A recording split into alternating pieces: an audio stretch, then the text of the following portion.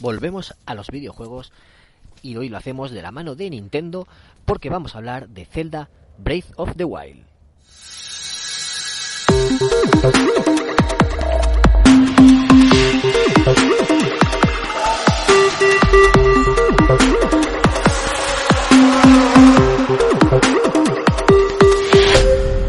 Hola, ¿qué tal, amigas y amigos del ocio? Bienvenidos a Ocio 2.0, vuestro podcast de recomendaciones sobre cine, series, videojuegos, tecnología, cómics o cualquier otra cosa que caiga en mis manos ociosas.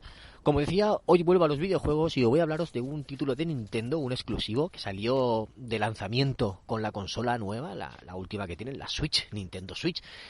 Y no es otro que el Zelda Breath of the Wild, The Legend of Zelda Breath of the Wild, que es la última entrega de esta saga famosísima de Nintendo que nos viene acompañando pues desde la época de NES y Game Boy.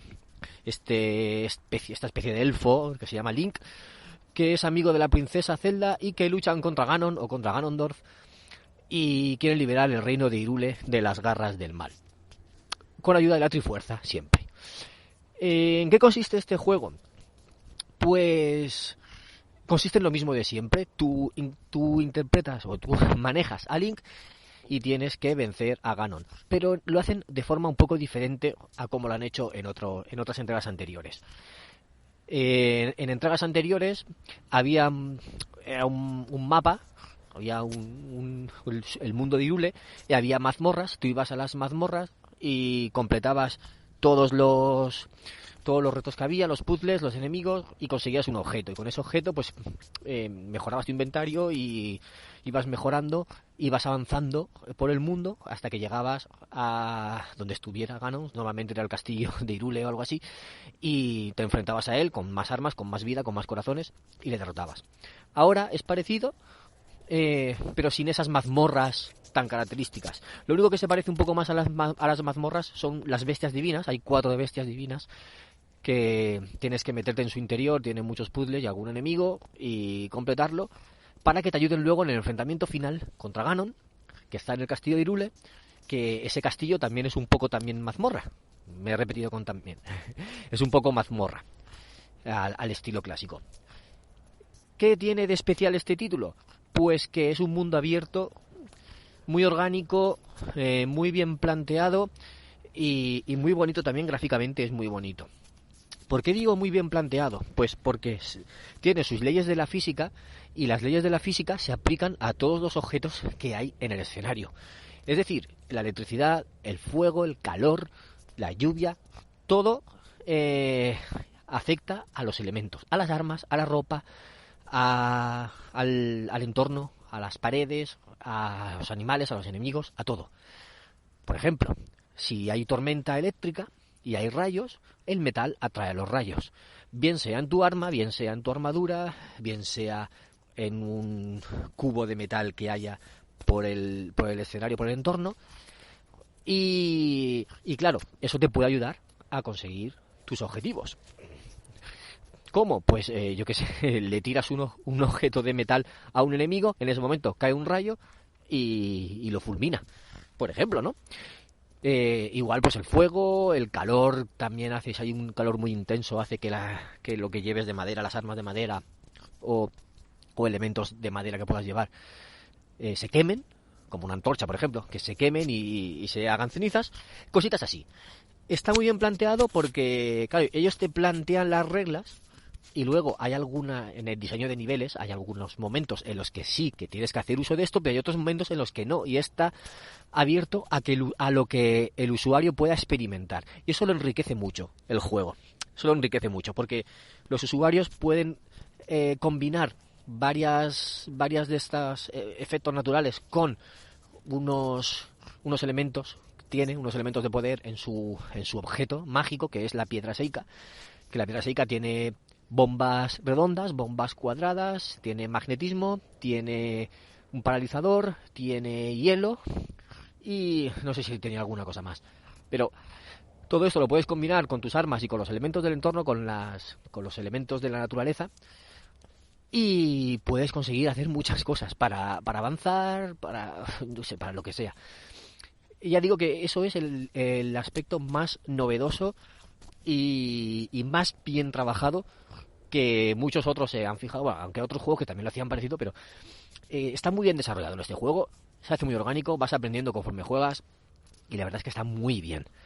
Otra característica es que en un principio el mapa está limpio de iconos que tú puedes añadir, sí, tú puedes añadirle los iconos, pero no te dicen ve a este sitio y para hacer esto, sino tú te puedes marcar lo que tú quieras y lo que tú ves en el escenario puedes llegar allí a base de andar. Para llegar a un sitio no es lo típico que te dicen pues está en tal colina y entonces miras el mapa y te aparece el puntito. No, te dicen ve por este camino y luego giras a la montaña y aparece en esa colina está el sitio, ¿no? Te lo dicen de los personajes de viva voz. Entonces tú te dejas acordarte e irte por ese camino, por ejemplo, ¿no? Por decir cosas. Y esto pues lo hace un poquito diferente, invita mucho a explorar. Y bueno, el juego no es fácil, es largo, depende de lo largo que lo quieras hacer. Yo para completarlo lo que hice fue plantearme una estrategia, ¿no? Sabía que para vencer más fácilmente necesitaba las 4 bestias divinas y necesitaba un arma que era la espada maestra que aparece en todos los Zelda. Pues mi objetivo fue conseguir la espada maestra. Bueno, para conseguir la espada maestra necesitaba 13 corazones, pues fui haciendo santuarios, que son los que sustituyen a las mazmorras, son unos santuarios pequeñitos con unos pequeños retos que cuando tú los completas te dan una insignia. Esa insignia de valor, cuando tienes 4, los puedes canjear o por un poco más de resistencia o por un corazón más de vida. Entonces, mi estrategia fue esa, como decía. Primero, hacer santuarios hasta conseguir los 13 corazones. Una vez tenía los 13 corazones, me fui a por la espada maestra. Y una vez tuve la espada maestra, me fui a por las 4 bestias divinas. Y cuando ya tenía las bestias divinas, me cogí un par de armas que iba a necesitar y entonces ya me lancé a por Ganon. Y así fue como conseguí derrotarlo y pasarme el juego. Ya veis que no estoy diciendo nada de historia, no estoy desvelando nada de la historia, porque ya se sabe que el objetivo es derrotar a ese malo. Y cada uno puede planteárselo como quiera. Digo que no estoy diciendo nada de historia porque la historia la verdad es que la vas descubriendo conforme juegas y dependiendo de cómo juegues y dependiendo de cuánto juegues, porque no tiene nada predefinido, no es como otros juegos más narrativos que sabes que todos van a ver la misma historia. Aquí depende de lo que juegues, de lo que investigues, de lo que hables con los personajes, los no jugables, los NPC, los PNJ. Dependiendo de los que hables con unos y con otros y las misiones secundarias que hagas, conocerás más o menos historia de lo que pasó en Hyrule. Ya digo que está muy dejado para que el usuario experimente lo que quiera.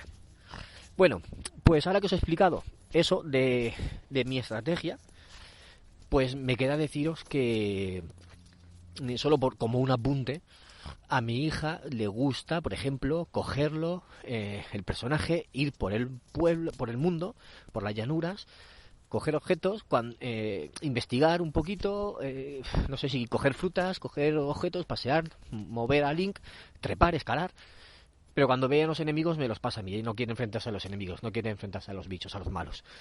Entonces, el objetivo de mi hija no es pasarse el juego, y de hecho no lo va a hacer porque me lo dejaron y lo tengo que devolver ya, pero no le frustra el no pasarse el juego, sino que disfruta los momentos que lo coge y juega y ya está. Lo digo como apunte para la gente que necesita pasarse los juegos obligadamente, todos los que tienen. No es necesario pasarse un juego para disfrutarlo. Hay personas que lo pueden disfrutar de una forma diferente a otras. Yo lo disfruté así porque quería saber la historia, quería saber cómo terminaba. Sé que me dejé muchísimas cosas, pero muchísimas cosas, y que no iba a tener tiempo ni ganas de hacerlas todas, y por eso lo dejé. Hice algunas secundarias, las que me apetecían, las que no las hice. Y luego pues tiene muchos detalles que comentar este juego, muchos detalles pues de las mecánicas, de las físicas, de los enemigos, de eso, cuando combinas unas cosas con otras, pero yo creo que sería muy denso esta recomendación porque no es un análisis en sí como si fuera yo un periodista de videojuegos o un como hago en mi otro podcast en Game Elch, por ejemplo. no quiero entrar en todos esos detalles, sino dejaros estas sensaciones más de tú a tú, más abiertas, más simplonas o más sencillas, mejor dicho, para que penséis si lo podríais disfrutar y si os gustaría. ¿Es un juego largo? Sí. ¿Es necesario terminarlo? No es necesario, pero sí que lo vais a disfrutar más si lo termináis. A lo mejor, bueno, depende, ya digo, no es necesario terminarlo, se puede disfrutar lo poco que juguéis y sí que vais a disfrutar los momentos que estéis jugándolos.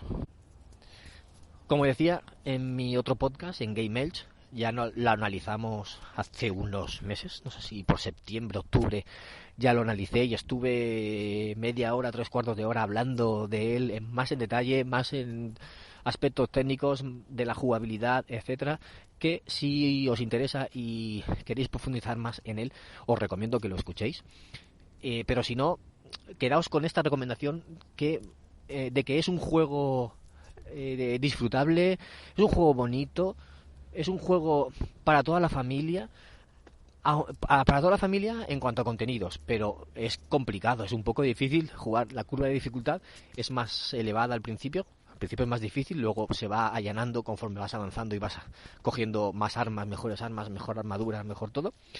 Y yo creo que es un juego bastante importante en la industria como para al menos probarlo alguna vez en la vida, porque ha sentado muchas pautas que otros lo están imitando posteriormente, hace cosas diferentes a otros, no digo que las haga mejor o peor, sino que las hace diferentes, tiene su propia personalidad y es un juego que vale la pena probarlo, jugarlo, disfrutarlo, aunque no lo completéis, pero sí saber de qué va y vivirlo, vivir ese momento, vivir esa experiencia en algún momento.